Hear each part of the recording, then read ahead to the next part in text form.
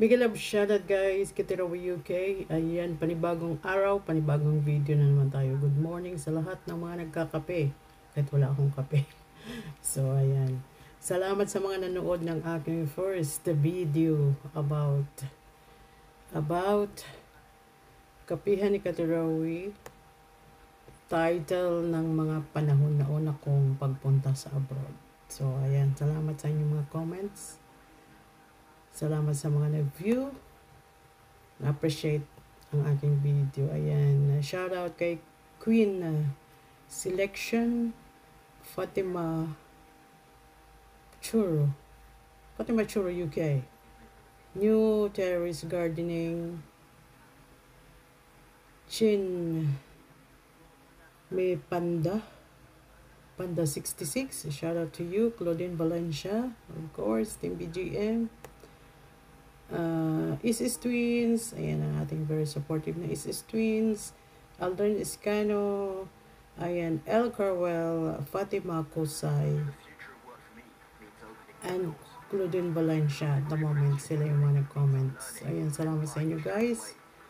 So, ituloy ko ang aking video. Buhay OFW. Ayan, kamusta naman? So, hindi ako nakapag-concentrate ng mga balita last kahapon kasi medyo busy ako. Ayan. So, mamaya ay mag-share ako sa inyo ng about balita, about Pilipinas. Siyempre, ayoko mag-share ng hindi ako sigurado kasi mahirap na tayong mabash at mapagalitan tayo ng mga viewers. So, ayan. Buhay OFW, ikwento ko sa inyo kung paano ako nakapag-apply. So, para rin meron kayong idea kung gusto niyo mag-abroad, lakas ng loob, may baon kayong pasensya, tiyaga, determinasyon, at saka tanong niyo sa sarili niyo kung kakayanin ninyong mahiwalay sa inyong pamilya, lalo na sa inyong mga anak. Asawa, dali palitan yan. So, ayan. 2004, ako nag-abroad, Saudi Arabia, Dammam, Al-Kubar, parang ganon, dyan malapit. Basta Saudi Arabia. Ayan, kasi kinuha ako ng aking hipag. So, siya ang naging tulay kung bakit ako nakapag-abroad ng mabilisan kasi direct hiring ako. Uso yan dati. So, parang passport lang yung aking gastos. So, wala naman talagang placement fee ang mga katulong na pupunta ng Saudi Arabia, Middle East, wala. Yan. Pero, ang bayad po ay napakalaki na binibigyan nila sa agency. So, ayan po. Sa pagkakaalam ko ay kinaltasan ako ng 2 buwan. Hindi ako sumahod.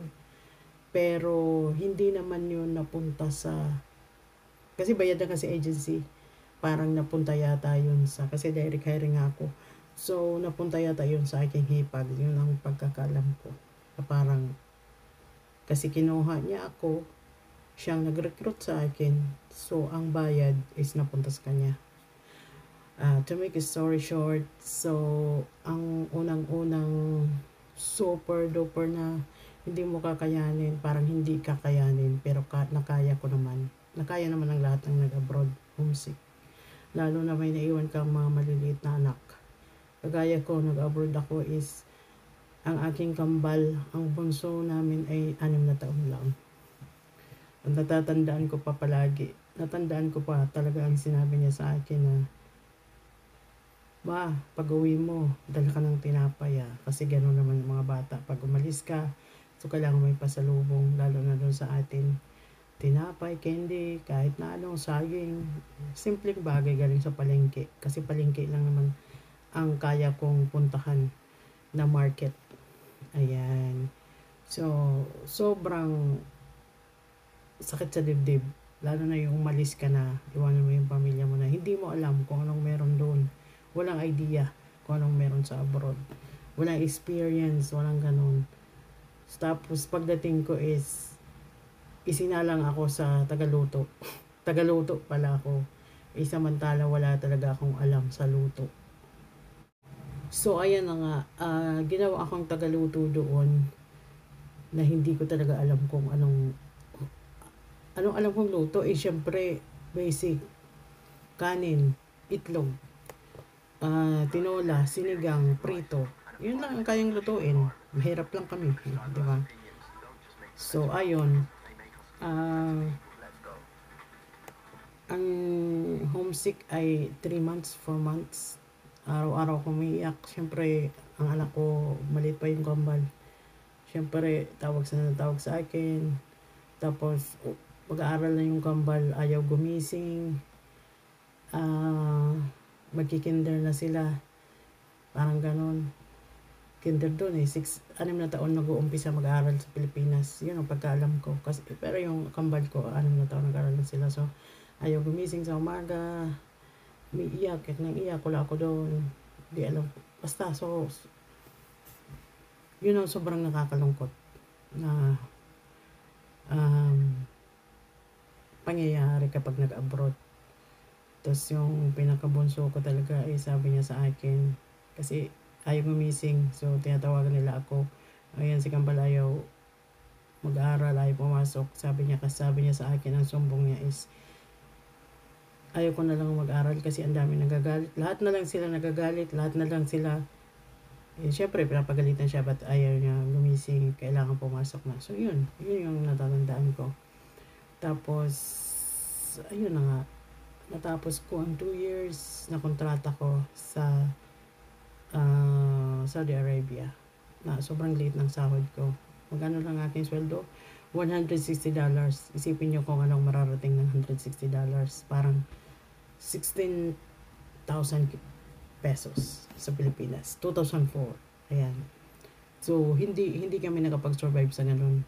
So, natigil yung aking mga anak sa pag-aaral ng 1 taon. Natigil sila. Hindi kaya. Basta hindi na mismanage yung ganong kaliit ng sweldo. Sabihin natin, mali talaga yung pagka-shine sa 6 na bata at saka mga nag-aaral. Tapos, syempre nangungupahan kami ng bahay. Ayun.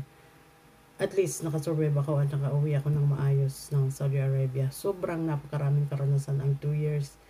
Sigaw dito, sigaw doon. Hindi ko alam kung anong gagawin. Hindi ko alam gumamit ng mga equipment sa pagluto. Wala akong alam sa baking. As in nothing. Pero naman kahit papaano is meron silang cookbook doon na pwede kong basahin na napag-aralan ko rin kahit papaano kasi marunong naman ako magbasa at marunong naman ako intindi ng konting English. So yun po.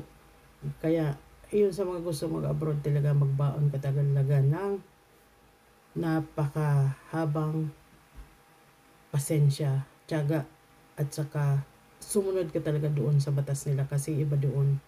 Alam mo yung nasanay ka sa buhay na wala naman kayong masaing matutulog ka hanggang anong oras na gusto mo, maghihilata ka, doon walang pahinga.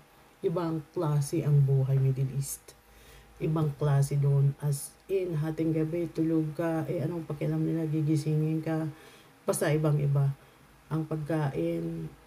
Ang lasa ng pagkain, puro spices, walang ganun.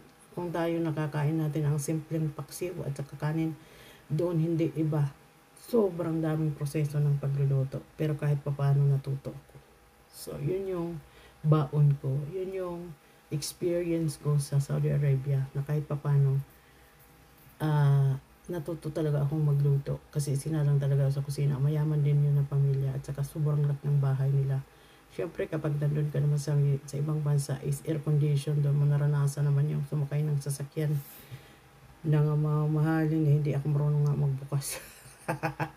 So di ba, so napakaraming pintuan ng bahay, ang daming susi, bukod yung kusina, yung mga bagay, may swimming pool, sobrang laki ng bahay na yun.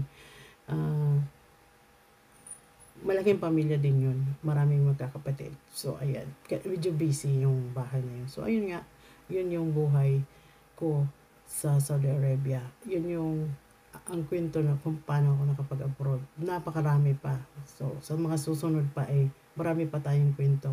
Ayan, salamat sa pagsama sa akin sa panood ng aking video, na sana ay nandyan kayo palagi. Like and share please. And thank you so much sa lahat ng support ng BGM, sa mga supporters ng Kitty Rowie. Hindi ko na kayo isa-isahin. Shoutout sa lahat. God bless.